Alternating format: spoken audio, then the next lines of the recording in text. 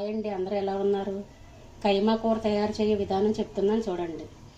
300 గ్రాముల కైమా 5-6 సార్లు శుభ్రంగా కడిగి గట్టిగా పిండుకొని ఇలా కుక్కర్లో వేసుకోవాలి. వేసుకొని ఒక స్పూన్ అల్లం వెల్లుల్లి పేస్ట్ వేసుకోవాలి. తర్వాత ఒక అర స్పూన్ పసుపు వేసుకోవాలి.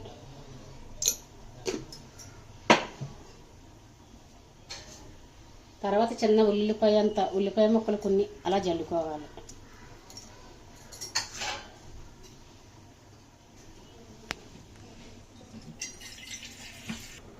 ఇది బాగా కలపండి. బాగా కలిపారు కదా.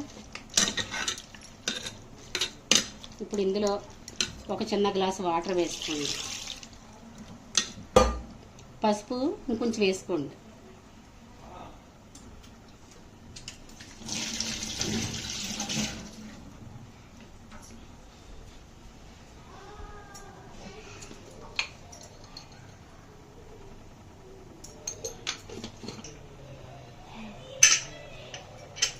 కుక్కర్ ఇలా మూత వేసి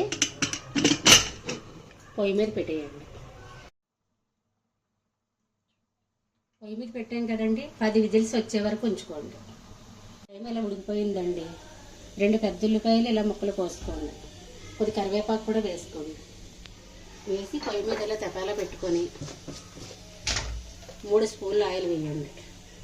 మన ఇష్టం అండి, ఎక్కువ వేసుకోవాలంటే మీరు ఎక్కువ కూడా వేసుకోవచ్చు. నేను తక్కువ తింటాం కాబట్టి తక్కువ వేసాను.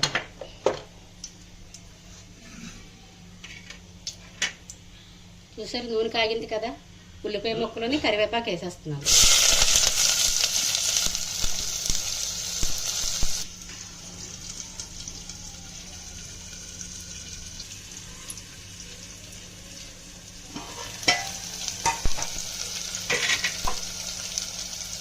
ఇది నేను 1/4 కేజీ కైమా, అదే 300 గ్రాముల కైమాకండి.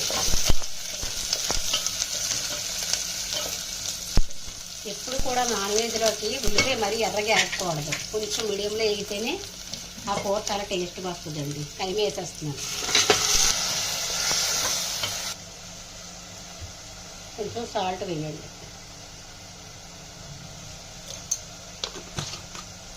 ఈ కైమా మటన్ కైమా అండి.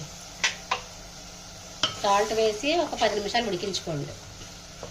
ఎందుకంటే ఈ ఉప్పు మనకి కైమాకి బాగా పట్టాలన్నమాట. మనం ఉడికించినప్పుడు సాల్ట్ వేయలేదు కదండి, అందుకే ఇప్పుడు ఉప్పు వేసి బాగా ఉడికించుకోవాలి. ఇప్పుడు బాగా వేగింది.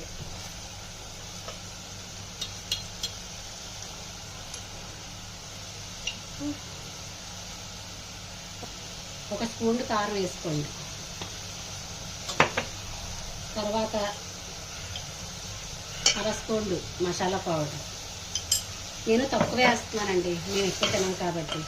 మీరైతే స్పూన్ కారం వేసుకొని అర స్పూన్ మసాలా పౌడర్ వేసుకోండి. ఉప్పు అయితే మన టేస్ట్ కొరకు మనం వేసుకోవాలి. మళ్ళీ ఒక 5 నిమిషాలు బాగా మగ్గనివ్వండి.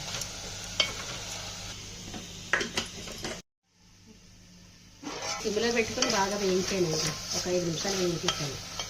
ఇప్పుడు గ్లాస్ వాటర్ వేసేయండి.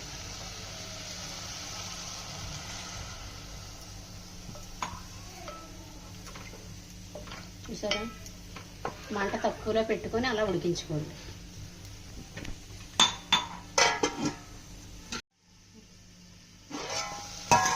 ఇంకొన్ని సిమ్లో పెట్టుకొని బాగా వేయించానండి. ఒక 5 నిమిషాలు వేయించాను. ఇప్పుడు గ్లాస్ వాటర్ వేసేయండి.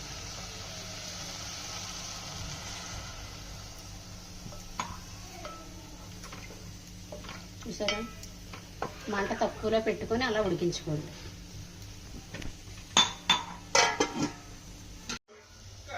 సరే అండి, శుభ్రంగా ఎగిపోయిందండి కూర. స్టవ్ ఆపేస్తున్నాను ఇంకా. సరే అండి, ఉంటానండి.